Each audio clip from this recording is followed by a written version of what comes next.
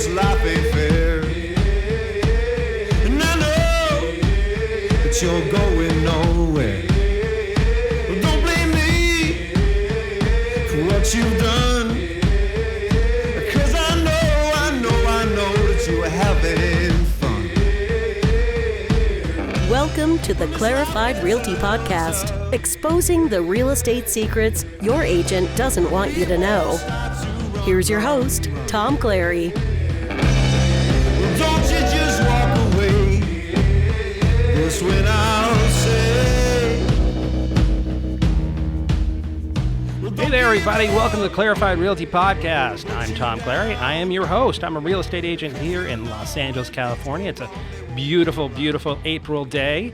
The sun is shining out there, and I'm ready to talk to you guys about some really interesting stuff. I'm here, as always, with my co-host, Ron Bruno. Ron, how you doing, sir? I'm doing great, Tom. Good. So we got any news out there in the world today, or? Yeah, I was thinking about our topic today, talking about short sales. Yeah, we have a great guest today. We've got Eric Petz, who is an amazing short sale negotiator and agent.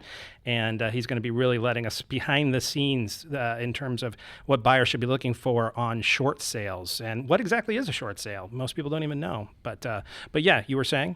Sure. So there was an article, it was in CNBC earlier this week. It says, U.S. heading for recession after 2 years of unsustainable growth, economist says. Oh, boy. Yeah. Dark clouds on the horizon. Well, it's interesting. We had our Facebook Live event yesterday. Yeah, which I thought went really well. I hope you guys tuned in. We're doing it, at least for now, once a month, but we hope you come by, even if it is just virtually on Facebook, and check us out. But that was one of the topics we brought up. It is. And we were talking about, the different markers, right? So we were talking about leading indicators, right. And I was just kind of looking around and seeing, okay, what are those current markers out there, right? Because it's not in where it was before, right? So in 2007, before that, there was a big housing bubble, right? Well, there isn't really a big housing bubble, at least from the standpoint of it being fueled by all this credit and the ninja loans and all those types of things, yeah, the crazy loans that people could basically say that they,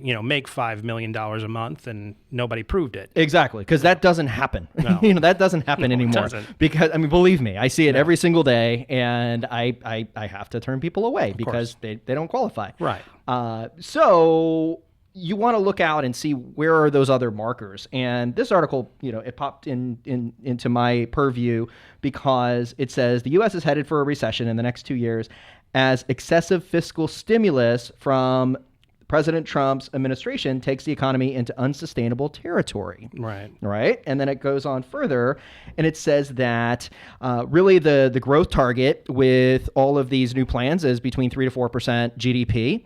And this particular economist says, well, actually, the workforce is only growing at 0.5%. And if you look at today's jobs numbers, right? So the jobs report was out for March, and it was at 98,000. Right. Which was not great. No, it was a whiff. Yeah. What a lot of people say. Airball. It was an airball. And they were looking at more like 180,000.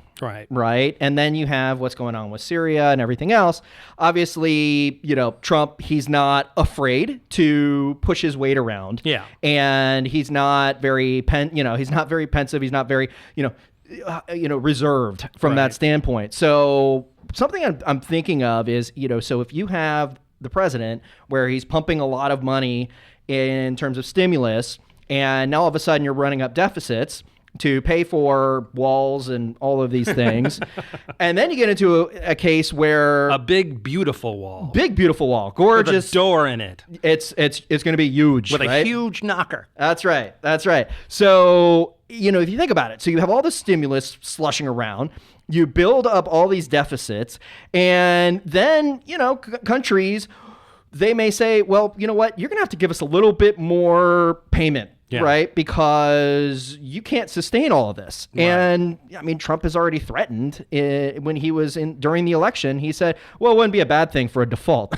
Yeah, right. Well, what's going to happen is that could be a precursor to higher interest rates, and it could be a pretty bad inflationary environment. Well, I mean, and let's go back a little bit to his previous life, right? We're talking about a businessman who numerous times declared bankruptcy.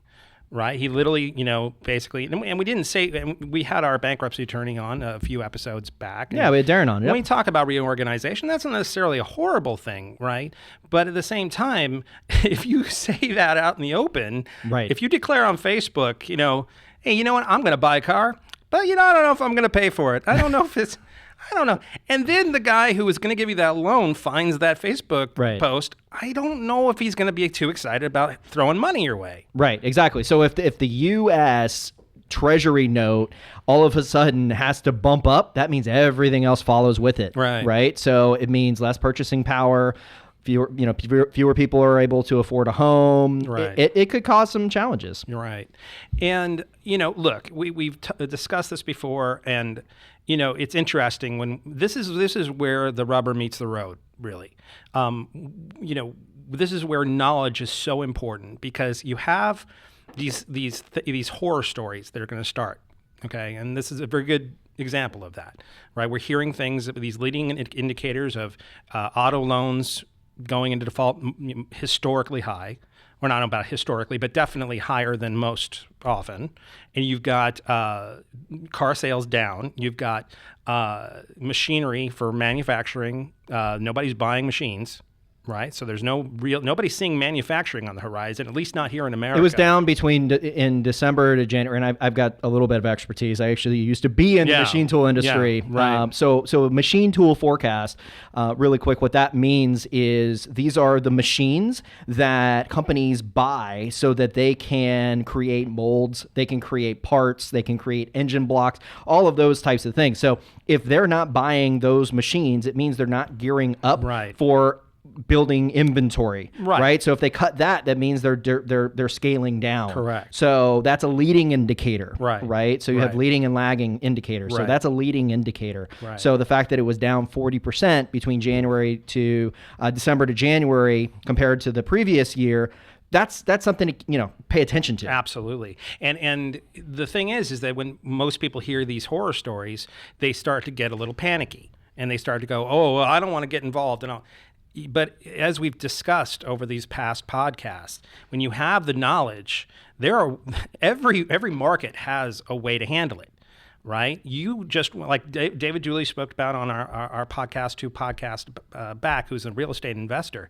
He's packing away his dry powder, right? Because he knows that this is going to be an amazing time for him. There's going to be defaults he can take care of. I mean, that he can take advantage of. I mean, he bought 20 houses during the last downturn because he was smart enough to realize that everybody else sees a burning building. He sees an opportunity. So, this is why, I hope that my listeners are not getting panicked when they hear these things. They're looking for, how can I take advantage of that? And that's really what we should be doing. Every single time we hear something on the news, every time we hear something that most people are getting scared of, we're going, hold on a second. This could be something good for me. Yeah, I mean, right now it's looking more like maybe the 70s, right? Where you had really high rates of mortgage rates. I was doing a little research. It had gone from 9% to, actually it was 7.5% to 10% to 17.5%. No, the height. I know someone who bought a house in that period of time when they were, literally, I think it was like you said, double digit. Yeah. And home prices still went up. Oh yeah, they're right. Oh, they're in the catbird seat. They held their house. That's right. If you're looking for your forever home, right? And we talked about this before. If you're looking for something you're going to flip and turn, whatever, this probably isn't the time to be doing that because you could get caught with your pants down. But if you're looking to buy your forever home, look, if interest rates go up like everybody's thinking that they're going to go up, and prices are going to continue to go up a little bit for right now, but even if you buy now, the money's so cheap that you're going to take advantage of it 20 years from now because you weren't moving or selling it anyway. Yeah, exactly. So where there could be some challenges would be the stock market, right? Sure. So if you look at the standpoint where the borrowing costs are higher, then that'll put downward pressure on stocks, right? Because they can't get the same earnings that they had before. Something that was interesting I saw was oil actually was making a little bit of a bump. Really? Halliburton was actually hiring more people. So in the jobs report, a silver lining was oil, which has been down for the past 2 years on a pretty big basis. Yeah. Yeah. So, oil, commodities, I mean, my dad, he was a commodities trader, right? Yeah. Back in the 70s and 80s, and he was trading pork bellies. So it was kind of like trading places, literally. He worked for the Chicago Mercantile Exchange. Buy, trading sell, pork. buy. That was him. He was on the floor, like doing the hand With the signals. hand signals? Yeah. That's great. Yeah, so that whole thing. So, there's opportunity everywhere. So you just have to know, kind of pay attention to the markers and keep your powder dry and look for those opportunities. Great. And, I want to move on right now, but, we give you this information so that you guys can make knowledgeable decisions, that you can take advantage of these things. And that's really what we're really trying to communicate to you guys and get through to you. So speaking of which, I want to bring in our guest because I think this is perfectly timed actually in order to have Eric on. Eric Petz is a whiz when it comes to short sales. He is a negotiator. He is an agent. Also, we're actually compatriots. We're actually on the same team. Indeed. Same real estate team. And he's just, when it comes to distressed properties, he is a wealth of knowledge, and I'm so glad to have him here on the podcast. Eric, welcome.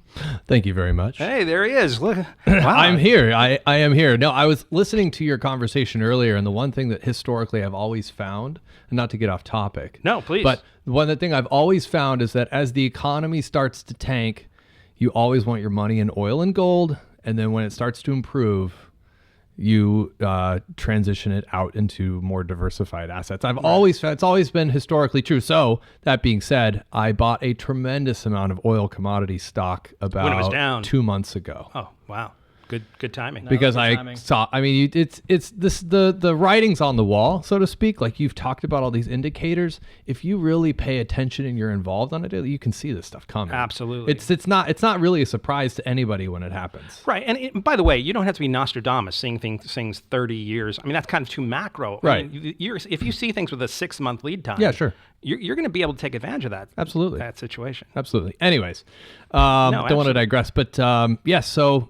I've been. Well, before we get kind of too deep, let's introduce yourself. I want to hear. I want the folks to know kind of what your exemplars are. What where you came quick from. Background. Yeah, a little if you quick will. background. Yeah. All right, quick synopsis. So I actually moved to Los Angeles in 2008. I got into short sales at that time. I fell into it. It was a total mistake, total accident. I actually went to a interview. I'm in short sales. Yeah, no. Well, you would think like, how do you accidentally get into that? But Right. I went to an interview looking for a job for one company that had a shared secretary, and I ended up interviewing for a different company in the same building. They thought I was somebody else. I didn't know the difference. I just moved to LA. I just got out of the Air Force. I was looking for a job. Yeah. So I ended up getting the job. It was doing telemarketing work for a short sale company in 2008. So they were aggregating leads and I was making calls. But now, just before, let's stop there for a second. The market at that point, had it gotten as crazy when you first got into it? Was it already that insane? It was the writings on the wall scenario where we saw it. Wow. Everybody saw it was coming, and there was already some short sales happening, but this was in August, so it was right before the big crash that happened in a couple months after that. I think it was September or October is when it really flatlined, where the stock market started dropping like crazy. And at that point, I was like, I guess I'm in the right place here, because everybody else I knew was having losing hours, losing jobs, and my position was starting to grow. Right. So over the course of a few months, I became the manager of the customer service department, which also ultimately turned into a brokerage and corporate accounts department. Basically, we handled the back-end short sale processing for real estate brokerages all around the country. So we had an average file load of about 2,500 short sales that we were negotiating at any given time. We grew to a size of about 50 employees. When I got there was 5 of us. Wow. So we grew pretty fast. And then I would assume you had to. Absolutely. I mean, you had to. There was so much opportunity, but the challenge was at this point, the banks hadn't developed their departments yet. Right. So it was a total mess. Yeah. It was a disaster. When you called the bank, somebody had the file, and then that whole it was time awful. was sort of unheard of. Like, right. People hadn't seen it probably since the Great Depression, and even then it was such a completely different animal back then. Very different. That they were totally caught off guard.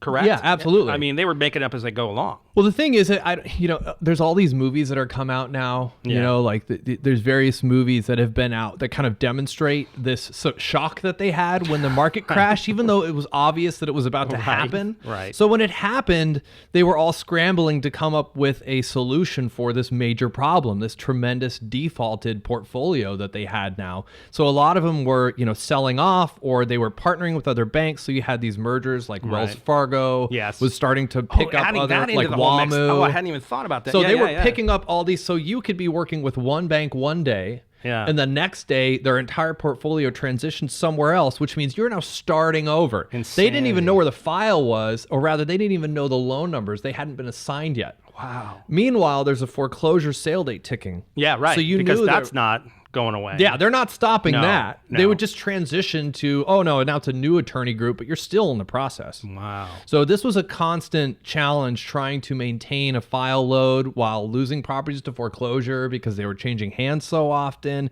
It was a mess. Wow. But over the next couple years, I ended up, getting a tremendous amount of knowledge in this industry. I did most of the consulting work, so the conversations with the homeowners when they had 1,000 questions about what is this, how does it work, etc. And then from there, I transitioned to owning my own company when that company that I worked at was acquired by a major investment company to do outsourced processing for banks. So I got a chance to see it for a little while from the bank's perspective, which was really helpful. So when I transitioned to working on my own, I developed a large company that basically handled the negotiations for real estate agents in the Los Angeles area. So we had affiliated business arrangements like a title and escrow officer would. Right. Similar type of setup, but I would go to all their office meetings, I would meet with their clients, go to listing appointments, help them capture the opportunity, and then we would manage the actual negotiations. So I've been doing that for basically my entire career in real estate has been in this arena. Done a lot of consulting work for various investment groups that are doing outreach to homeowners, trying to figure out the right strategy, develop the opportunities. Right. So anyways, long story short, this is my entire professional background, really. And it's, I have to say that, just my experience in working with you and being, a desk away from you and talking, the interesting thing that it's always struck me about your kind of this kind of market that you've kind of mastered. And that's that, everybody else was kind of like leaving it behind. Mm-hmm. Everybody, all the other agents were kind of like, oh, we're good now. Thanks. We'll be dealing with the regular thing. You stuck with this. I mean, you literally, and you were like, and you would tell me, like, no, dude, there's still more out there. I remember the conversation that we had. And it's interesting to see that you still feel that way, right? Yeah. Not only do I still feel that way, in April of last year, I left a company that I had been consulting for a year. And I built an entire short sale platform for them where we were generating short sale opportunities, offering homeowners free loan modifications. And then if that didn't work, we'd transition to a sale. And then the investment company, which they also owned, would acquire the asset. And then that turned into a wheelhouse for them. So they had all these assets. So, one-stop shop. We had a whole thing. They had a staging company and a construction company. They owned the whole platform. But that being said, that was a year ago. Yeah, right. And it was turning and burning. We were generating 20 to 30 opportunities on a monthly basis.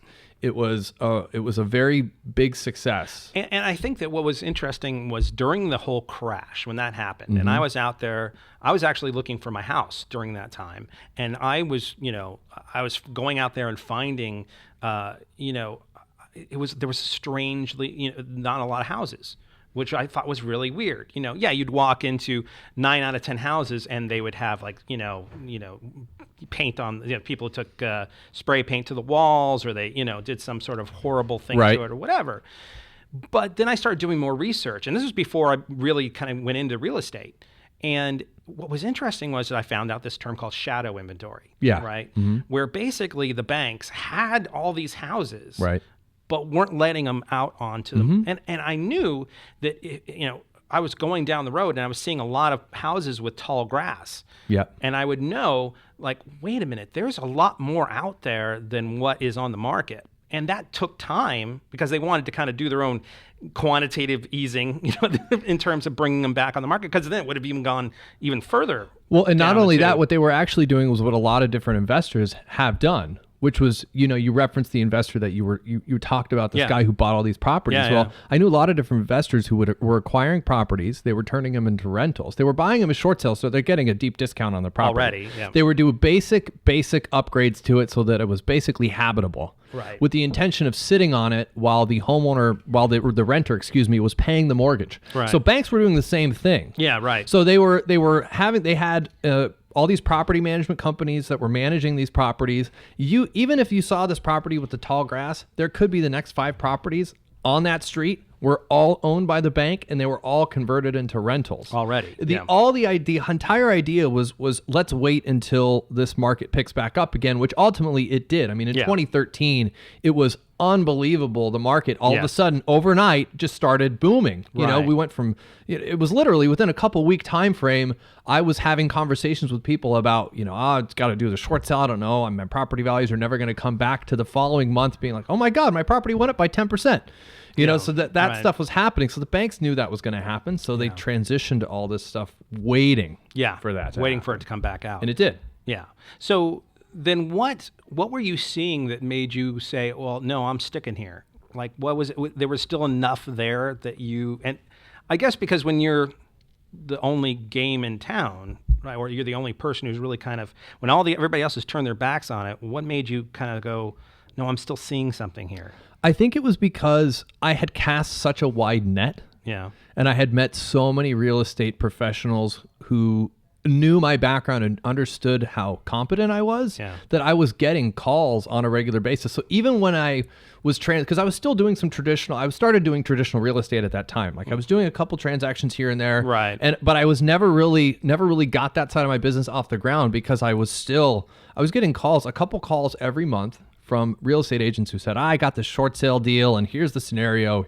It's really weird. I got 5 liens, and it's it's convoluted. I got my the guy's mother-in-law has a lien, and she's doing this. And and by the way, we're gonna get. I have every intention to get back into explaining what that means, and that's when you're going out there and you want to buy a short sale.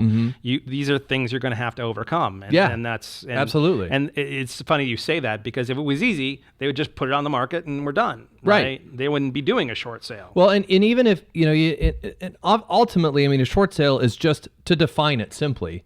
Well, and by the way, let's stop everything right now, and let's just talk basic terminology. So everybody that's important. So everybody can get, because I'm always surprised, like when I would think after the big crash, and everybody was inundated by all the bad news and foreclosures and all that.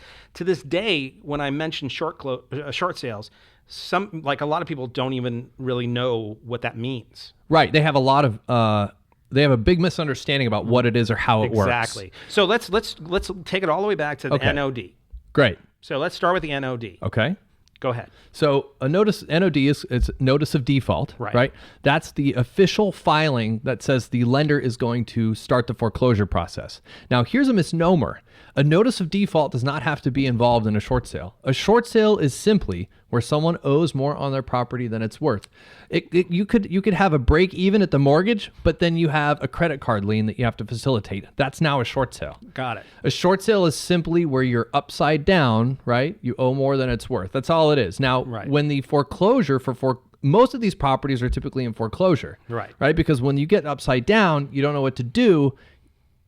You have to dump your property. Right. So it turns into a short sale. So we have the NOD where basically you haven't paid your So let's take. So that's the one thing. The one is where you're just upside down, where you owe more than the house is worth. Okay, so that's the short.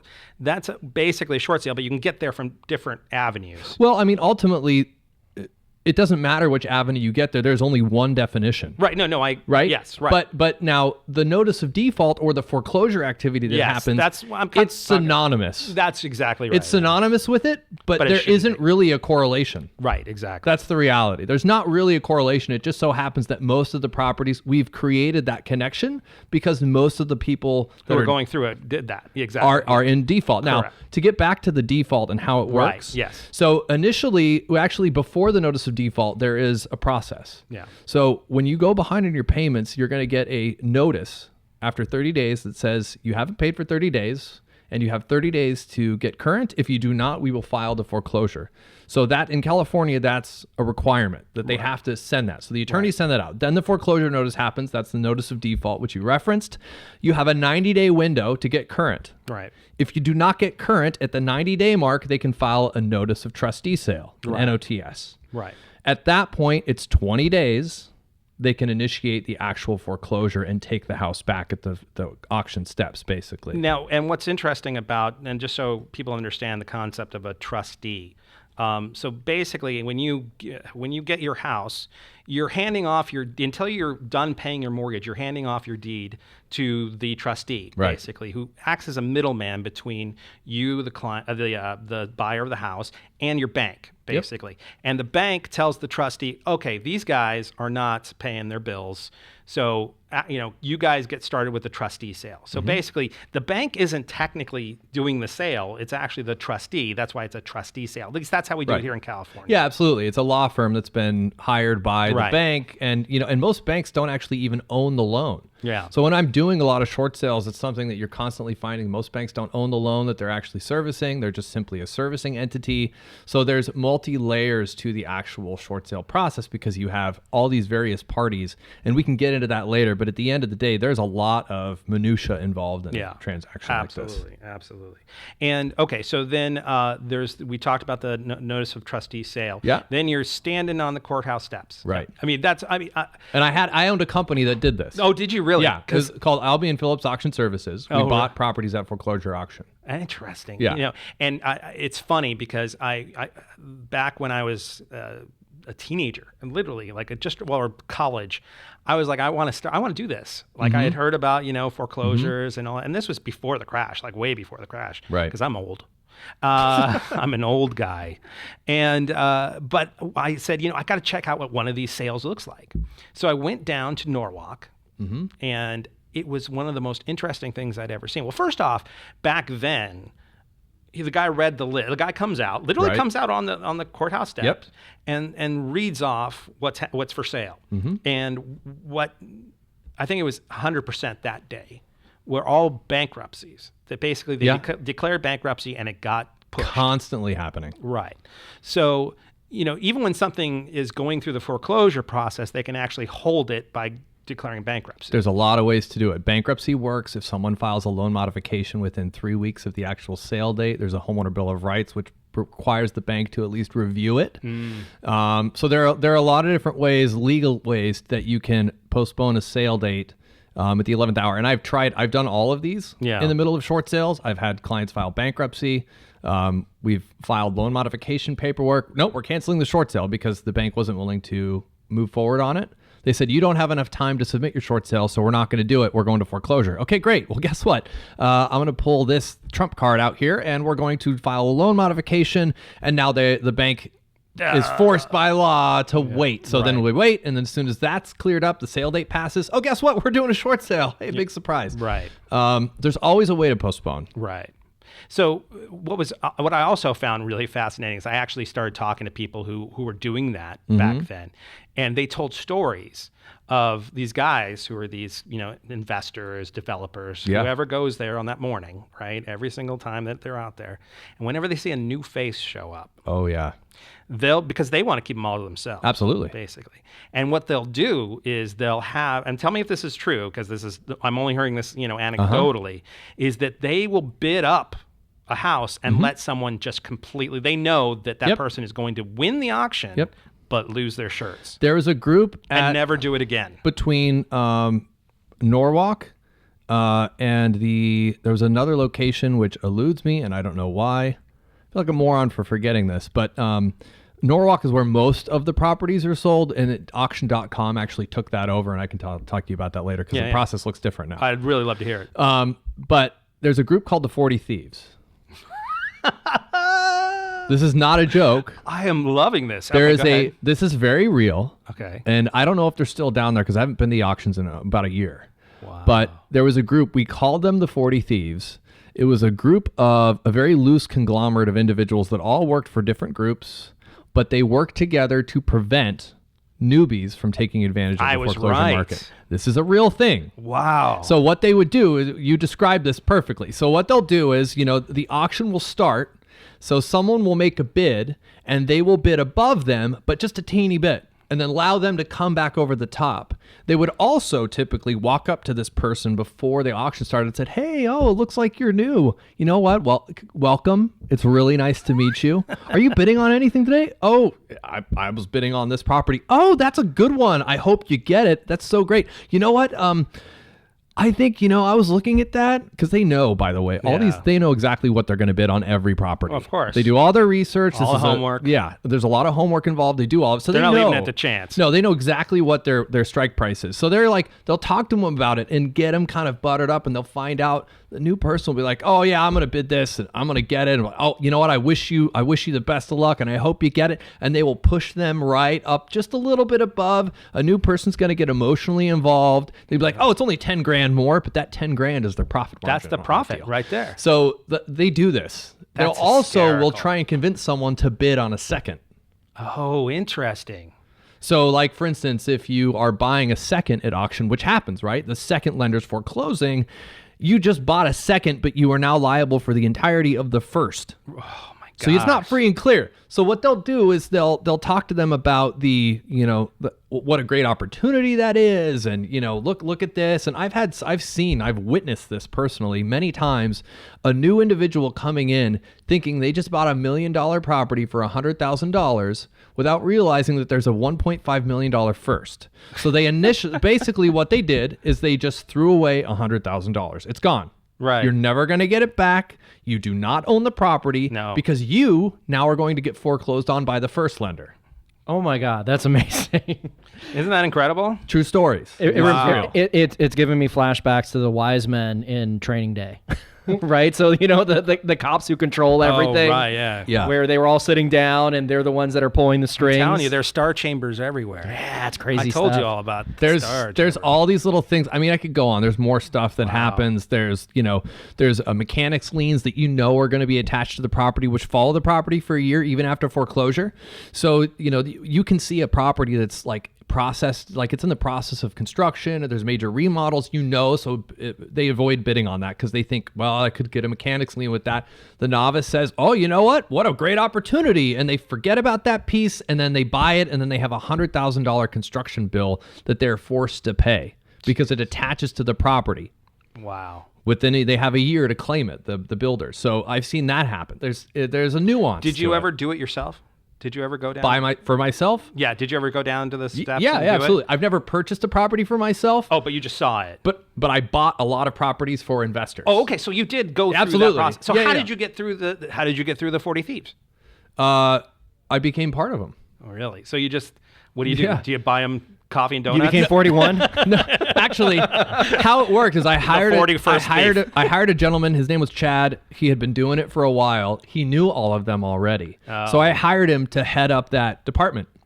There you go. I brought someone in who already had the connection, and he also had some investment groups that he would work for. So I already had a large platform. I had a bunch of agents that we were working with. I had a handful of employees. So we gave him the support that he needed to be successful, and that's how I built that company. But I went with him countless times to understand the nuances of it and how it worked. Listen, I got to take a moment and gripe here because because let me tell you something.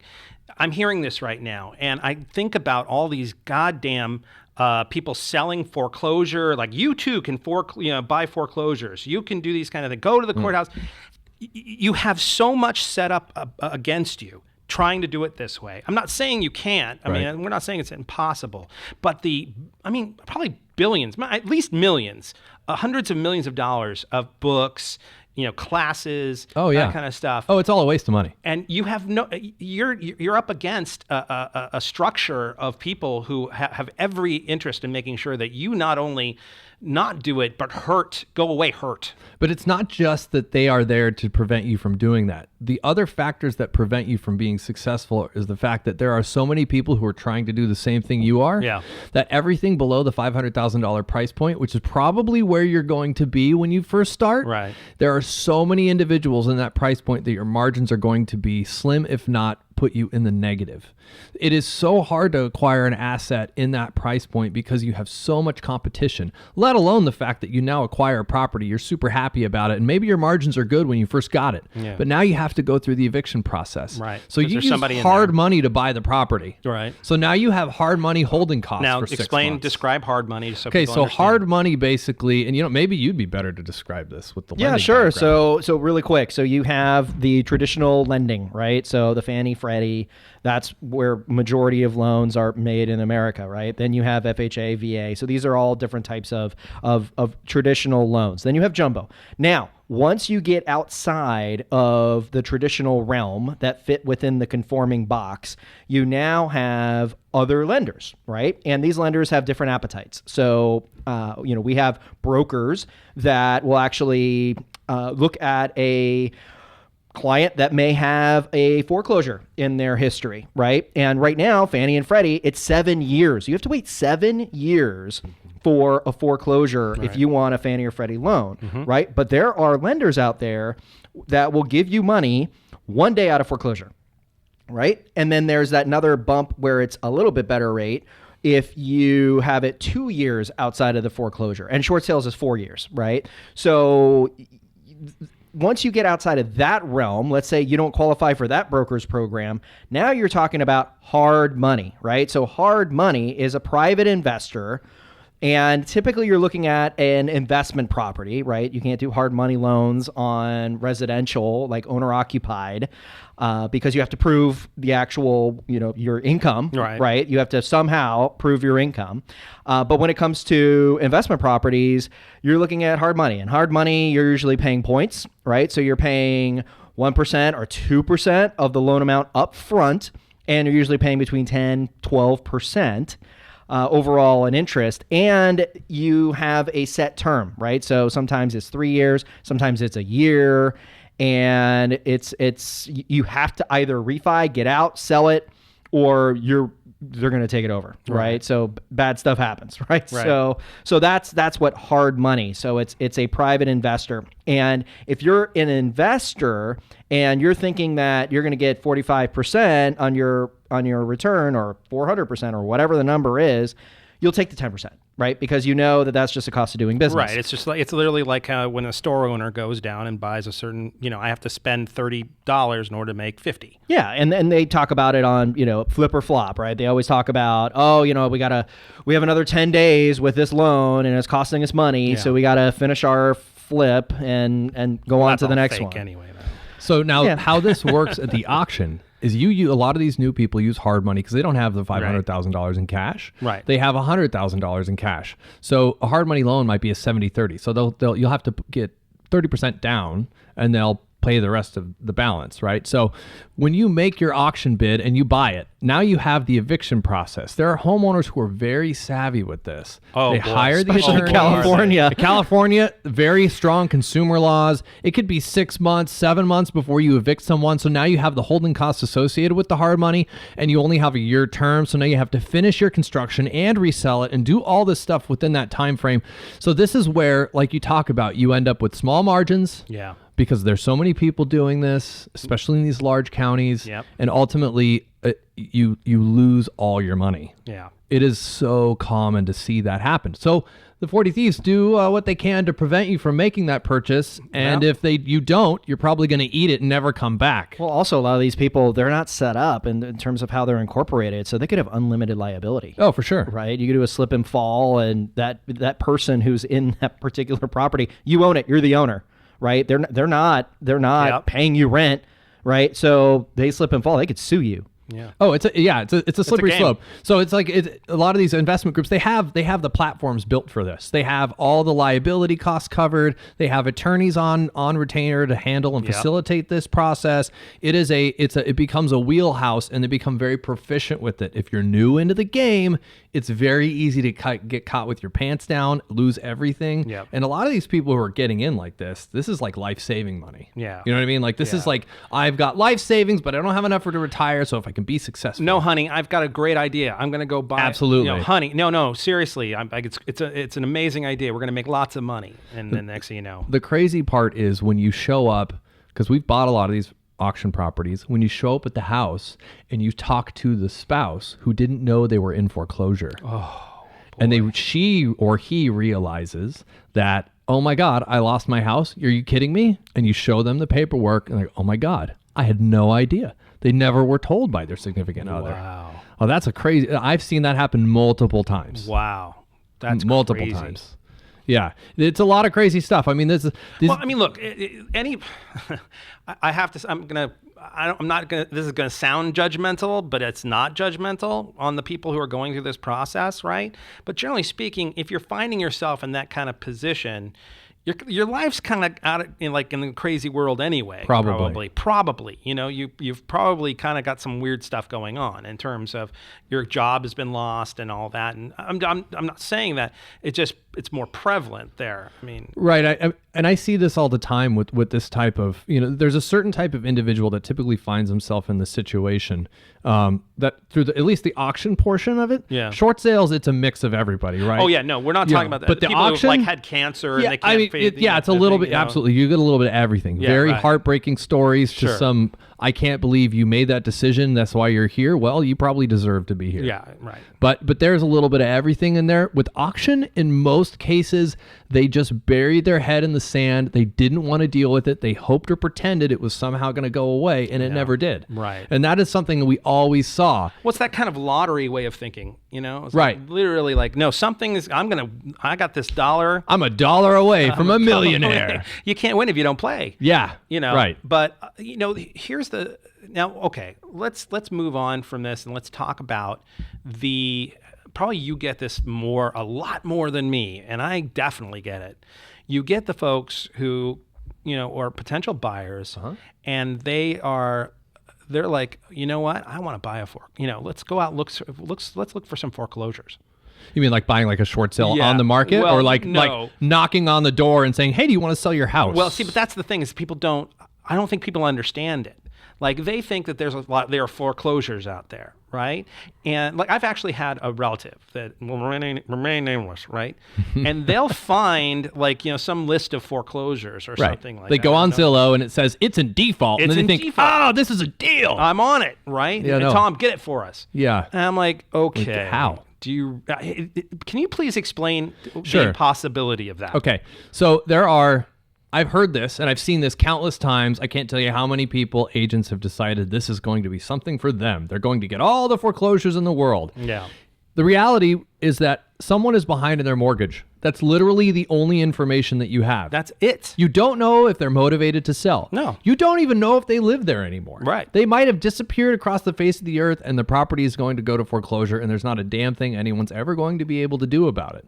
So just because you have the knowledge, which by the way, everyone and their mother with a Google search can get just the same, does not give you the ability to buy a property. Yep. It's the seller's desire to sell that gives you said property. Right. So, going around, so that does not, that tactic, that idea that just because someone's in default tells me they're going to sell is wrong. It doesn't always happen that way. There are so many reasons for it. Yeah. The motivation is always going to be frankly, unique. 9 times out of 10, that's the last thing on their mind. Yeah, oh, no, exactly. And if you approach them, they'll be insulted. Hey, I'm interested in buying your property. I noticed you're in foreclosure.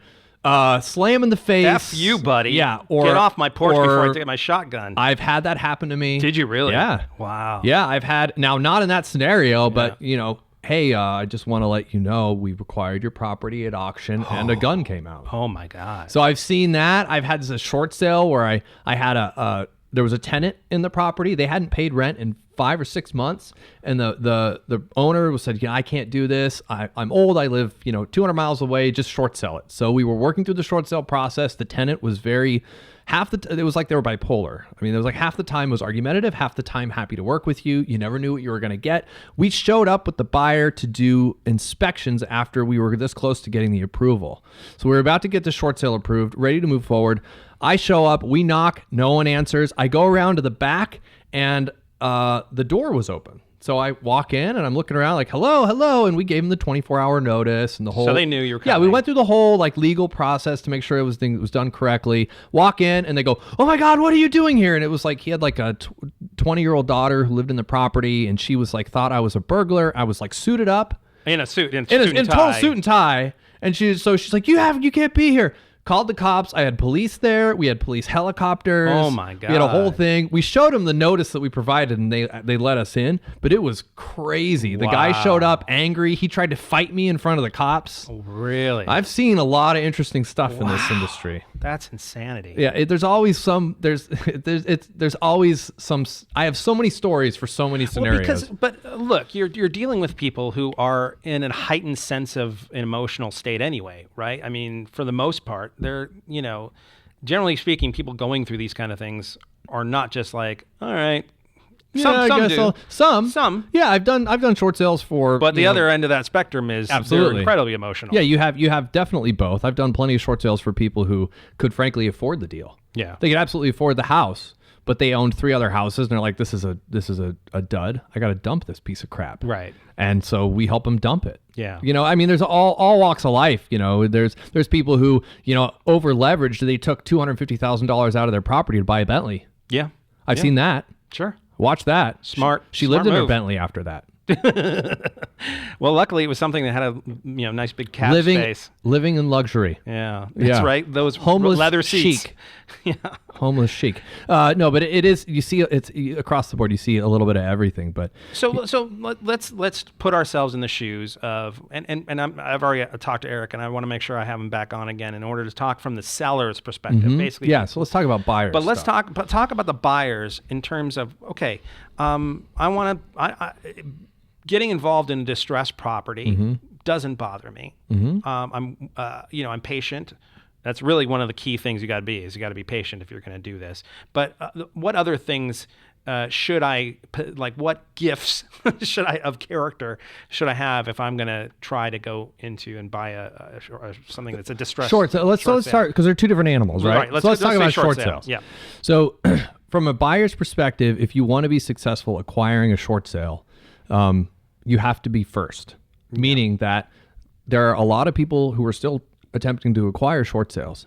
So when a short sale goes on the market, you need to be the first call. Within 10 minutes, 5-10 minutes of that property hitting the market, you need to be on the phone with the agent. You need to tell them your intention, and then tell them, look, I will allow you to represent me. That's the reality of this. Right.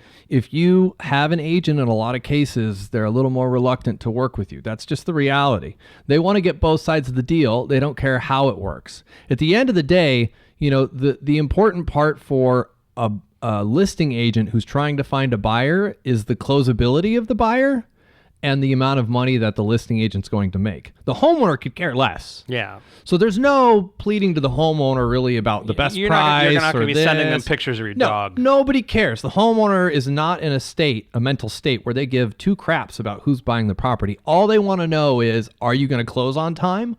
Are you going to work with me? Yeah. So there's that factor, right? Why don't you represent me and purchase the property? A couple other things that you can do to make yourself stand out. One, something I've done for buyers is offer them my services. So they can say, look, I've got a really strong negotiator who can help facilitate the deal with the bank. So if you don't want to negotiate, I have someone who will take care of it. That's helpful. Or because we're really coming from people who are buyers. Yeah. So what you would be advising them is to find an agent that has a good relationship with a negotiator. Yes. Would that be what we're kind of absolutely saying? Yeah. Right. Yeah. And so they talk to the listing agent. The listing agent says, yeah, all right, that sounds great. The other thing that you always want to know is what are the nuances of the deal? Meaning, are there any additional liens as a buyer that I'm going to have to facilitate? Because describe liens. Okay, so you have a mortgage. The mortgage you took out, that's a lien. Right. The credit card that you didn't pay that's now attached to your house because you didn't make the payment, that's a lien. The aunt that you borrowed $50,000 from who has a lien on your house, that's a lien. So, there's a lot of different parties who could have a lien on your property. In a short sale, the first lender, meaning your main mortgage bank, will provide you, will end up taking, this typically takes the smallest loss from a percentage standpoint. So the other lenders involved, the other liens involved, whether it's a second lien or... Briefly discuss the priorities of the liens. So you chain have of the liens. So you have your first mortgage, right, which is what you use to purchase the property. The second mortgage could have been used as purchase money, but in most cases they were cash outs. So you had a bunch of equity and you decided you wanted that $100,000 in equity to do whatever. I don't know. Maybe you wanted to remodel half the house. Maybe you wanted to go on a vacation. It could be a HELOC. It could be the 10%. So if you did an 80-10-10 loan where you're putting down 10%, and then you have, the 80 is the primary loan, and then you have that extra 10. That could be the HELOC. Yeah, absolutely. So you have a first and a second mortgage. Then you have everything else. When I first go into short sales, no matter what it is, which side I'm looking at or representing or assisting, the first thing I do when we look at a property is I pull a preliminary title report. A full prelim, not a property profile. That's not going to give you what you need. You pull a full prelim, and that gives you the breakdown of all the liens. Now, the reason why I do this is because if the first and the second are getting some money from the short sale, and let's say there are 3 credit card liens, those credit card liens might require 50% of the balance. So if you total all of them up and it's $50,000, they might want $25,000 to be facilitated. The first and the second liens are not going to allow that money to go to them. They don't care if the buyer brings that money in cash to pay them off, but they will not take money out of the purchase price to facilitate it. So that's why we ask the question. So in the event that, let's say, you find all these liens, then you have to know how to rack and stack that. Most agents don't understand that. Yeah. Most listing agents won't be able to tell you how it's going to work because they haven't done enough of these yet. Right. Especially in the higher price points. Right. When you get under $600,000 ish, most of the agents have seen a lot of short sales. That's the area they work. They understand short sales. When you get above that, it's the friend that they know at the tennis club. Don't you do short sales? Oh, yeah, of course I do. They've never done one in their life. Or they've done one, and it was 5 years ago. So they don't have the higher price point properties. They typically don't have as much experience. Right. So you're not going to be able to get them to answer these difficult questions because they simply do not know. Agents don't understand it at the higher price points. It's not their purview. Right. So from a buyer's perspective, those are some of the things you'd want to find out. But ultimately, there's a package you can put together for value disputes, which I can get into. There's ways to, so there's getting into the contract, and then there's actually closing. And they're two very separate things. Right, exactly. So getting in the contract, it's all about buttering up the listing agent to think that you're the best. You have a proof of funds ready to go. Yeah. You don't need a loan. You're all cash. You have everything lined up on your end. You have a negotiator if they need it. You have cash outside of the deal to facilitate any additional liens. You're willing to work with them. You'll give them extra time if they need whatever it takes, right? That's the front end. And it's funny you mentioned the whole all cash thing. And a lot of folks don't realize that if I'm just out there looking for my regular home, right? And I'm like, I'll go buy a short sale, right? Well, yeah, you might have a shot at it if you're going to do a mortgage, maybe, but the chances are so slim with somebody else who's going to come in all cash probably and just come out and just steal right out from underneath you. Because at the end of the day, it really has to do with the listing agent and what they want. So again, the homeowner doesn't care. So it's all about convincing the listing agent that you're the right man for the job. You're the right buyer. I've done plenty of deals where it's an end buyer who wants to buy there and live there, and they have a mortgage, and they have a strong mortgage, and everything looks good. But in most of those scenarios, they've gone direct to the listing agent, and the listing agent represents both sides. Again, that's what a lot of this boils down to. For the listing agent, this is about money. Yeah. It's about money and feasibility of closing. Right. Nothing else matters. Your purchase price doesn't matter. The terms don't matter that much because the bank dictates all of that. Right. So they don't care. They only want to know, how much will you come up? Are you willing to work with us? Are you willing to negotiate? So there's that component. Then there's the actual closing of the deal. And that looks very different. It requires a different skill set.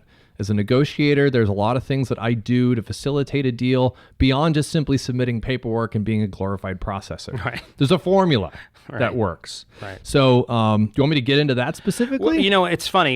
You know what I do actually a little bit. Okay. Well, let's try to keep it. We're kind of reaching the end of our hour, but I wanted to. I'll keep it brief. Not that we're like it's a podcast. You guys can listen as long as you want to, but we don't have commercial breaks. We're not moving along for the next show to come in. But yeah, why don't we go a little bit? And I just want to, in order to kind of circle it around the airport to try bring us into when you have someone who's coming in and saying, I want to buy a foreclosure. What do you tell them? If they said they want to buy like an auction property foreclosure, let's take all the different aspects. Okay. Yeah. So if somebody says I want to buy a short sale, the first thing I tell them is to make sure you have your loan or your cash lined up. You need your pre-approval or your proof of funds ready to go. But is it realistic? Is it realistic to even say that? It's highly unlikely that someone with a loan is going to be able to be successful. Yeah. Not that there's an issue with getting a loan on a short sale. No. It's just that your competition will typically beat you because they're all cash investors and they know how to work this type of deal. And I also there are times that I've now this was when I was buying my house. I was circling a short sale and I got actually accepted. But then back in that day, the lending was so tight, and we couldn't guarantee that we were going to be able to get everything closed within 45 days or whatever. Right. And they said the bank came at us and said, no, okay, you can close in 1 week. Let's go. Yeah. And it's kind of like, what? No. We can't close in 1 week. So there are those circumstances, although it's not as prevalent as it was back then. And if they only gave you a week, that's because the negotiator made a mistake. Ah, interesting. Because what they did is they put on the closing statement. Now it's a master closing statement, but before it was a HUD. Yeah. Right. So on the HUD statement, which is the breakdown that escrow provides that shows all the monies, who's getting what, had the payoffs for all the liens, etc. They put a closing date that was a week out. A lot of times what'll happen is when a negotiator will start the process, they'll say, it'll take me 3 months. You know what? All right, escrow put a closing date of 3 months. So they'll prorate taxes and all the things that are associated with acquiring a property. Then when they moved to the approval stage, they forget to update that document to show a new closing date. So when it comes back, the bank says, you said you were going to close on this date, or it's right here in black and white. That's why your approval is only good for a week. That was it. How interesting. No, it was 10 years ago. To actually hear now why. But that's how it works. So in most cases, again, this is why I constantly get calls for things like this where people need help. They just made a mistake some point. How interesting. There's a workout for pretty much everything. Yeah. Did you say? Ron? Yeah. So you mentioned airport, right? Yeah. And an analogy. Sort of. You did. What? It caught my attention. I'm guilty, although. Because, so no, the NSA is not listening to this. No, the analogy with the airport. So when you have, so I've done a couple of short sales and I've represented the buyers from a lending standpoint, right? And you're right. The sellers, they don't care, right? They don't care about the dog and the golden retriever or anything like that. No. What they care about are the brass tacks, and they care that you have patience. So it takes a long time. And what I advise my borrowers is, look, we're not going to lock the loan. We're going to float this, right? Yeah. So floating means that we're not locking it. So we get everything lined up. We have all of our approvals. We've got everything ready to go. And we're just waiting until we get the green light. And it's literally like we're circling around the airport where we're waiting for the opportunity to land. And it could be 60 days, it could be 90 days, it could be 120 days, who knows? But as soon as the short sale negotiator has moved forward with the first loan, the second HELOC, and in both cases, when I was working with these, they both had second liens on them, right? Okay. So they, and they certainly did not get as much, right? Yeah, right. So you have to make sure that you have that patience, and once they give the green light, then okay, now it's time to land, and you got to move quick. Right. So you're in the landing phase, and you got to stay on the runway and the whole thing. So got it. Yeah. So all right. So we were talking about so then what we should be telling that listing agent, basically, that we're good to go. We're good to go. We have everything lined up on our end. We're willing to facilitate additional liens, whatever it's going to take. We'll wait the time it's needed. And that's another thing, understanding that your bottom line might change. Sure. Because those are liens that have to sometimes be paid for and things that need to be taken care of. And then you can reflect that in the price, which I'll now, do you want me to describe that? Okay, so now let's talk about finding the right price for a short sale. Okay. This is the part where everyone screws up. Well, then definitely talk about this. This is the part where everyone makes terrible mistakes, okay? Right. If you're a listing agent, then the only thing you care about really is closing the deal. So when I'm working on a short sale, my goal is to try and get the best possible price that's closable for the bank. Okay, now the way to do that is there's one linchpin in the deal that dictates price. Only one. There's only one thing you have to worry about, and that's it. The bank will order a valuation. It doesn't matter how much you owe. You could owe $1 billion with a B, $1 billion on a property that's worth $100,000. The bank is going to accept an offer based on their valuation. Their valuation is dictated by an independent third party they hire, which is typically done through these large houses that do BPOs with broker price opinion. Right. It's just an agent who says, yeah, it's worth this. Or an official appraisal, which is typically a lot more accurate. But a lot of banks, I mean, I have a short sale in Laguna Beach right now. Perfect example of this. Yep. Short sale in Laguna Beach. I got both ends of this deal. It was Warren Buffett's property, right? Yeah, absolutely. Absolutely. It's literally has an ocean view. Beautiful property. A lot of deferred maintenance. Long story short, the bank spent $70 on a BPO agent to come out and give a valuation on a property that's worth easily $2.3 million. I provided research. Now, what I mean by that is we did an inspection. I have a contractor's bid. We did an appraisal. I packaged these up. I also did a floor plan, which, by the way, is my secret. So I do a floor plan of the property.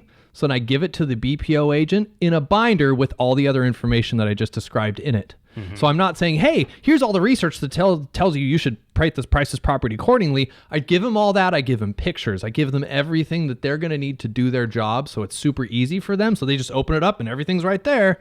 So I put this binder together and I give it to them. I got a value on that property at 1.5. Wow. Dang, dude. So that's my secret. That's how I do it every time. That's how I'm able to get the value. So that being said, because I got the value right on that deal and we're getting it at such a discount, nothing else matters. Everything else is easy. The only other problems with the short sale is getting the homeowner to send you paperwork, following up with the bank on a regular basis. But the valuation is the linchpin with all short sales. So if you run into a problem, let's say that the bank sends someone out and they give you a value that's crazy. It makes no sense at all. Then one, you probably should have done a better job up front to get a better value with that agent or that appraiser. If it doesn't work out and you get stuck with this crazy valuation, you can file a value dispute. The value dispute process looks the same. It uses the same documents that you would have given that agent originally. So you provide the appraisal, the inspection, the bid, all the stuff. You send it to them along with some additional updated comps, and you should be able to get a value dispute accepted.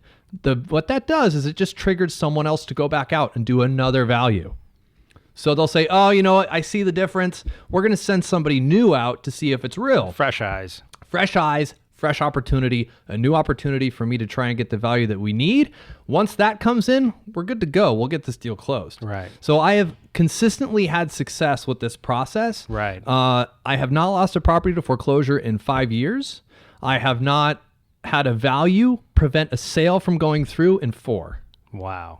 That's crazy. It works. And this is pretty great arbitrage, right? So if you think of Dave, Dooley, when we had him on the podcast, what he was talking about was, he was looking at a short sale, and the bank, they had valued it. This particular property was in a zip code where it was in a distressed area, right? But what they didn't realize was the home was actually in a historic district. Yeah. So and it was across the street from the bad area. Yeah. So it was across the tracks. So they had priced it as across the tracks, but in actuality, it was on the good side, right? So he was able to leverage that arbitrage and go in there and He literally bought the house and it closed at like 4:00, and he sold it to somebody else at 6:00. Yeah. For 100%. Yeah. Absolutely. It's amazing. It's a very real thing. Yeah. Banks do that all the time. There's also the only other thing that you can look out for that can really give you a leg up is if you see unpermitted additions. So the bank doesn't believe those are real. They don't count them. They're not part of their equation. Right. So if there's 1,000 square foot addition that is done really and by well, the way, that's important to discuss in terms of just going and buying a house that isn't a short sale. The lenders, if there's some sort of unpermitted room in there, they're not going to count that space at all. We won't count the room, and we won't count the square footage. No. And if you convert a detached garage, we're not counting that either. You Right. could make it the most amazing studio ever. Yeah. Right. We're just going to say that it's a, you know. And I've heard people go through the entire process, get to the appraisal, and basically go, well, what do you mean it's only worth that? And, you know. And now this works in reverse on a short sale because I'm going to buy it for your advantage. Yeah, exactly. Because I'm buying a property knowing full well that I'm going to bring my contractors in. I'm going to make sure it works. I'm going to get it permitted. And now I'm going to add that 1,000 square feet to the house and bring it up to spec with the other houses on the street. So they're not counting that initially in this price per square foot. Yeah. I get it priced low. There's also one other formula that works, by the way. So let's say you do all this research, right? You get all this information. You're trying to find out what price. So that's how we started this conversation. How do you find the right price? Right. So the way to find the actual true right price after you've done your research, you go and you run comps that are a mile out. So you run it just like an appraiser would. 1 mile away from the property, you take the 3 lowest comps. Now a comp is only a comp if it is the same square footage up or down 20%. 20% more, 20% less. You use that information as a comp, okay? Then what I do is I price it. My buy is going to be 90% of that comp because the banks are looking at the net. So the first lender will accept a value where they're receiving between 83 and 86% of net. That's how the bank's calculation works. They're not looking at, they don't say, oh, I got a value at 1.6. If you don't send me a 1.6 offer, it's not going to work. That Laguna Beach property I was talking about, their value came in at 165 actually, but I got it at 1.5 because the variable's there. So I use the variance to my advantage. Interesting. Wow. Amazing. So just to kind of, recap here. First off, going on the courthouse steps, probably not a good idea. No. Telling your agent that you want to go buy a foreclosure isn't going to help you. Going out and actually trying to buy a short sale can work as long as your agent has a good relationship with a negotiator. That's probably the best chance you have at finding a short sale and getting into the short sale. Right. And then when you are getting into that short sale, make sure that you're aware of what you can really do in terms of pricing, in terms of challenging any kind of valuation, and making sure that you're paying the right amount for it. Because it's also, you shouldn't be paying a premium for a short sale. No, you shouldn't. But not only that, I mean, you shouldn't be paying a premium, but you should also be in there with the understanding that you might have to pay a little more than you originally envisioned because of those extra liens, because of the fact that the bank might think the value is a little higher. But again, this entire process, your success with buying a short sale is predicated upon who is actually quarterbacking the transaction. Right. Who's helping you through the process so you understand what to actually price it at. You understand, how to create the research that you need to influence the valuation in a legal and good, positive way. There's a legal and ethical way, which I described because you have the research to support your position. Right. If you're just creating fraudulent documents, then that's another you don't thing. want to do. You're just going to get yourself set up for failure in the long run. Right. So there's a way to do it right, but that way it works. Yeah. Absolutely. Okay. Well, and any last kind of parting wisdom in terms of someone going out and trying to buy a short sale? Call me. Well, call me, and I'll definitely forward it along. Because I'll be the agent, and he'll be the negotiator. That works. There you go. All right. Well, great. And did you want to give just so we're official here, did you want to give your license number just so everybody knows? Yeah. And my name is Eric Petz. My license number is 01893338. Eric, thank you so much. Very so welcome. much. I mean, I can't tell you how amazing this information is, and I don't think a lot of people are getting it out there. So Eric I have absolutely complete faith in him when it comes to doing short sales, and it's amazing to watch him work. Eric, thank you for coming. Thank you. Thanks for having me on, guys. Ron, I'm good. All right, good. Well, that's about it for today. If you have any questions or comments, please don't hesitate to leave them for us on our Facebook page, facebook.com/Clarified Realty Podcast, all one word. You can email me directly at tom@clarifiedrealty.com. For more exclusive bonus content and advice between episodes, please check out our website, www.clarifiedrealty.com. Also on our homepage, you'll find links to helpful buyer and seller guides that can give you some great information for starting your home buying or home seller process. So check those out, definitely. And I'm on Snapchat, Twitter, and Instagram as well. My handle for all three of those are @ClarifiedRealty. I beg of you, come on, everybody. Now, you're being really quiet down there in the comment sections. I want to hear what you guys have to say. So stop everything. Go and leave feedback and reviews on iTunes or in the comment section on our page. My amazing theme song, Hey Now, is from the band Wolf. That's Wolf with 2 Fs. And please go check them out and like them on SoundCloud. They rock so freaking hard, nobody's ever selling them short. And just a little disclaimer, I'm licensed by the California Bureau of Real Estate. My license number is 01715353. And Ron's is? Guarantee rate NMLS 2611, NMLS ID 558706, California. The advice I give and Ron gives is only for properties located in the state of California. For all other states, please contact your local real estate agent or real estate professional. That's about it. Ron, you good? Yeah, I'm good, Tom. All right. Well, thanks for coming, everybody. And remember, the greatest thing you can ever do is make someone feel at home. Take care, and we'll see you next week.